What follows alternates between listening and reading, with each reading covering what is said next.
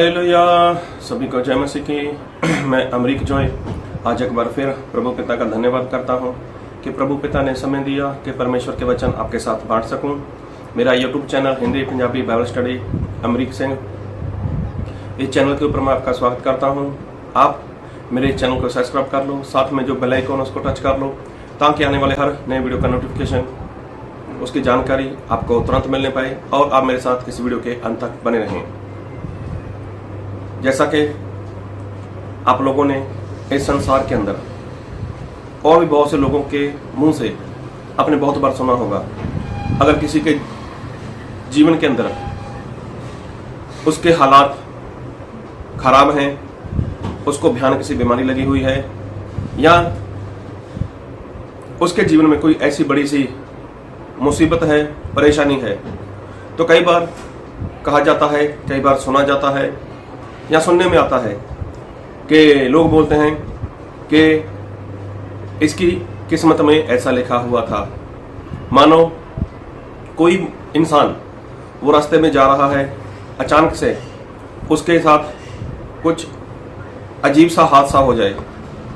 मानो उसका वो बाइक पर जा रहा है, बाइक से गिर गया, उसका हाथ पांव टूट गया, या गाड़ी में उसके साथ कुछ भी किसी के साथ एक्सीडेंट हो जाता है या किसी की भी मृत्यु हो जाए, तो अक्सर ये बात तब दिखाई देती है जब कुछ ऐसी घटना किसी इंसान के जीवन में अचानक से हो जाती है।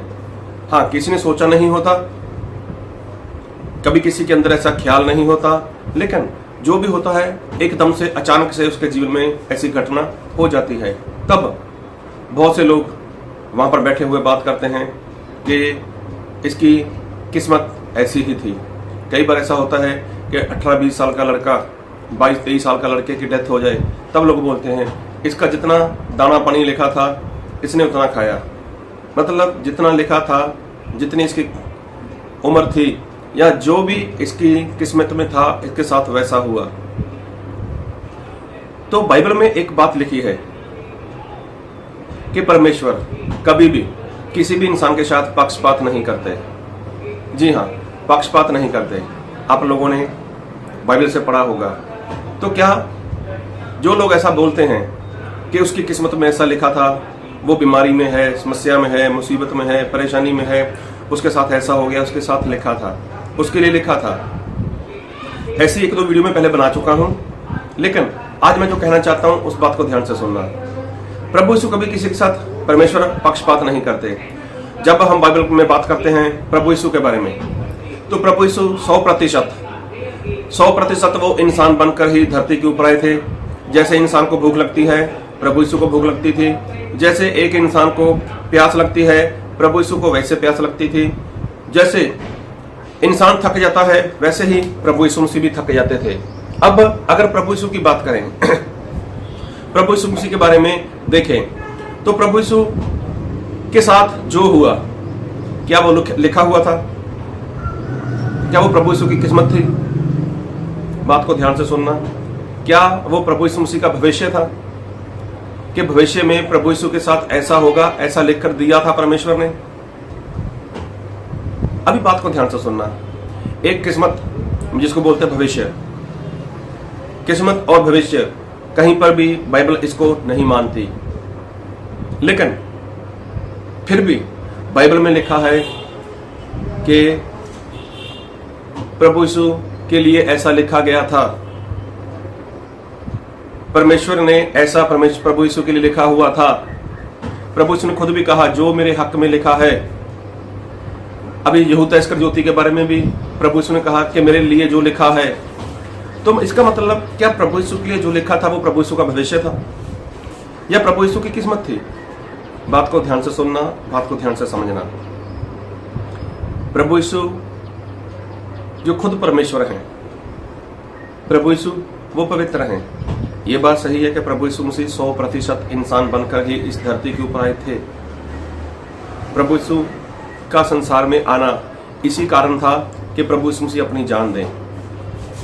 लेकिन प्रभु यीशु की किस्मत या प्रभु यीशु का भविष्य ऐसा नहीं था, क्योंकि बाइबल में एक वचन पढ़ेंगे और बाइबल से एक वचन पढ़ूंगा, यशायाह भविष्यवक्ता, उसका 53 अध्याय उसके 10 वचन। तो भी यहोवा को यही भाया कि उसे कुचले, उसी ने उसको रोगी कर दिया जब वह अपना प्राण दोष बलि करे, तब वह अपना वंश देखने पाएगा, वह बहुत दिन जीवित रहेगा, उसके हाथ से यहोवा की इच्छा पूरी हो जाएगी। अब देखो यहां पर लिखा है कि यहोवा को भाया, प्रभु यीशु के बारे में लिखा है कि यहोवा को भाया कि उसे कुचले, मतलब परमेश्वर को ये भाया। अब यहां पर किस्मत नहीं है, यहां पर कोई भविष्य नहीं है। बाइबल में लिखा है कि भविष्य देखना वो पाप है, और परमेश्वर कभी किसी का भविष्य देखते ही नहीं।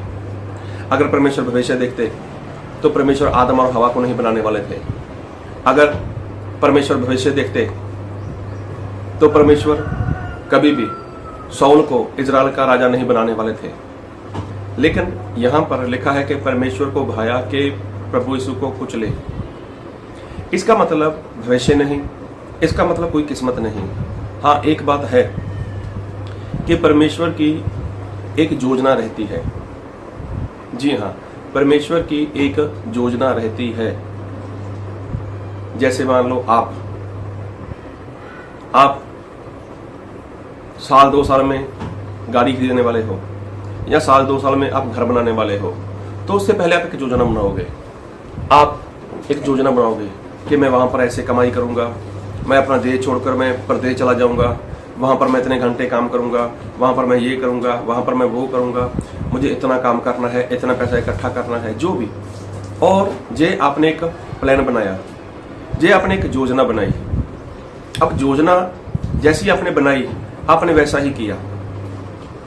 आपने जैसी योजना बनाई कि मैं प्रदेश जाकर वहां पर मैं इतना काम करूंगा, इतनी सारी जॉब करूंगा, वगैरह वगैरह जो भी, और वहां से मैं 10, 20, 25 लाख इकट्ठा करूंगा मैं, और वो जो पैसा इकट्ठा करने वाला हूं उसके लिए मुझे 2.5 से 3 साल तक वहां पर मुझे लगने वाले हैं, और 2.5 से 3 साल तक मैं वहां पर रहूंगा, अपने परिवार से, बच्चों से दूर रहूंगा, और वहां पर मैं दिन रात मेहनत कर 25 से 20, 25, 30 लाख जो भी मैं इकट्ठा करूंगा। उसके बाद मैं जब वापस आऊंगा तब मैं अपने लिए एक अच्छा सा घर बनाऊंगा, एक अच्छी सी गाड़ी ले लूंगा। और आपने जैसा सोचा, जैसे अपने योजना बनाई, वैसा ही आपने किया भी। तो क्या इसको आप अपना भविष्य बोलोगे? क्या इसको आप अपनी किस्मत बोलोगे? नहीं, आपने एक योजना बनाई। तो ठीक वैसे ही हमारे परमेश्वर भी, वो कभी भी किसी भी व्यक्ति का भविष्य नहीं जानते, और जो परमेश्वर भविष्य जानते नहीं, वो कभी भी किसी का भविष्य लिखकर नहीं रखते। जी हाँ, परमेश्वर किसी का भविष्य नहीं लिखते, किस्मत नहीं लिखते, लेकिन परमेश्वर की एक योजना इंसान के प्रति रहती है। और बाइबल में एक वचन पढ़ूंगा, इब्रानियों उसका 4 अध्याय उसके 4 वचन। क्योंकि 7वें दिन के विषय में उसने कहीं यूं कहा है, परमेश्वर ने 7वें दिन अपने सब कामों को निपटा करके विश्राम किया। और इस जगह फिर यह कहता है, वह मेरे विश्राम में प्रवेश ना करने पाएंगे। अब देखो, ये परमेश्वर ने विश्राम दिन की बात की। क्या कहा है यहाँ पर? एक बार फिर पढ़ूंगा, 4 का 4। क्योंकि 7वें दिन के विषय में उसने कहीं यूं कहा है, परमेश्वर ने 7वें दिन अपने सब कामों को निपटा कर के विश्राम किया।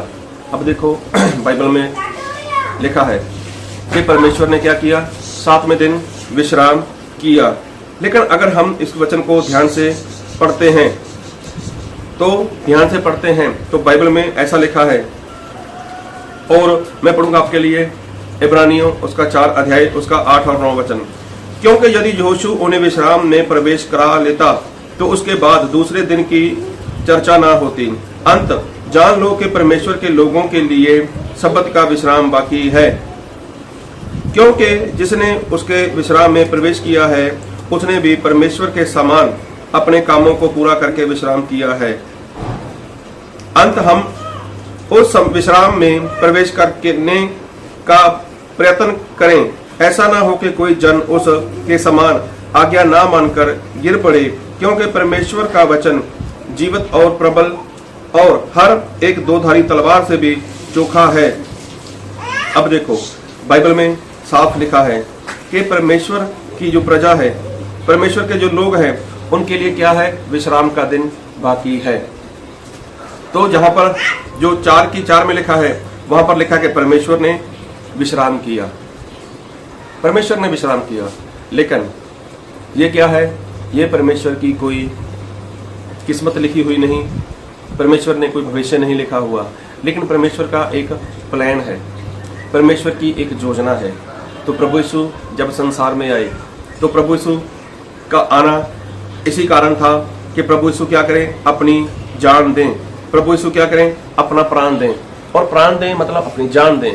तो ये कोई प्रभु यीशु का भविष्य नहीं था, ये कोई प्रभु यीशु की किस्मत नहीं थी, लेकिन ये था परमेश्वर का एक प्लान। जैसे आप कुछ खरीदना चाहते हो, आप कुछ बनाना चाहते हो, उसके लिए आप साल 2 साल पहले या 5 साल पहले जो भी आप करते हो, तो वो क्या होता है? आपका एक प्लान होता है। जो वो क्या है? वो आपकी एक योजना है। जैसे आप अपने बच्चे को एक बड़ा कैरेक्टर बनाना चाहते हो, तो एक दिन में आप उसको बनाने वाले नहीं हो, लेकिन उसके लिए आपको कितना समय लगाना पड़ेगा? उसके ऊपर आपको अच्छा सा कोई कोच देखना पड़ेगा, अच्छी सी एकेडमी देखनी पड़ेगी। उसके लिए बच्चे को सुबह शाम दोपहर लगातार हार्ड वर्क करना होगा। ऐसे करते करते आप अपने बच्चे को एक कैरेक्टर बना सकते हो। जैसे आप डॉक्टर बनाना चाहते हो, तो डॉक्टर के लिए क्या करना पड़ेगा? आपको अच्छा सा स्कूल देखना पड़ेगा, यहाँ पर आपका बच्चा अच्छे से पढ़ाई लिखाई कर सके। और एक दिन में नहीं होगा, 2 साल में नहीं होगा, 5 साल में नहीं होगा, लेकिन आपको उसके बेस से, शुरुआत से लेकर उसके आखिर तक ये सारा काम करना पड़ेगा। और ये कोई किस्मत नहीं, ये कोई भविष्य नहीं, ये है आपकी योजना।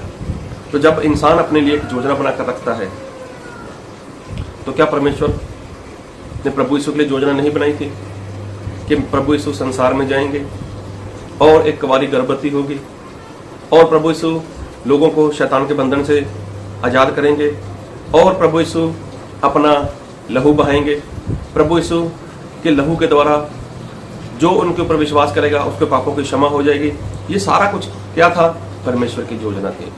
तो देखो, परमेश्वर कभी भी किसी का भविष्य तय नहीं करते, किसी की किस्मत तय नहीं करते, लेकिन प्रभु यीशु मतलब परमेश्वर वो क्या करते हैं? इंसान के लिए एक योजना बनाते हैं।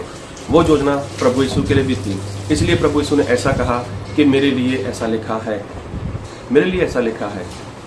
मतलब लिखा है, वो मेरे प्रति एक योजना है, वो योजना है। अभी देखो, यहूदा इस्करियोती के बारे में बात करें, बाइबल में लिखा है कि यहूदा इस्करियोती ने प्रभु यीशु को पकड़वाया। प्रभु यीशु को पकड़वाने वाले यहूदा इस्करियोती थे। तो क्या ऐसा लिखा गया था कि वो 12 प्रेरितों में से सिर्फ यहूदा इस्करियोती ही होंगे? जबकि संसार के ऊपर प्रभु यीशु के बहुत सारे चेले थे।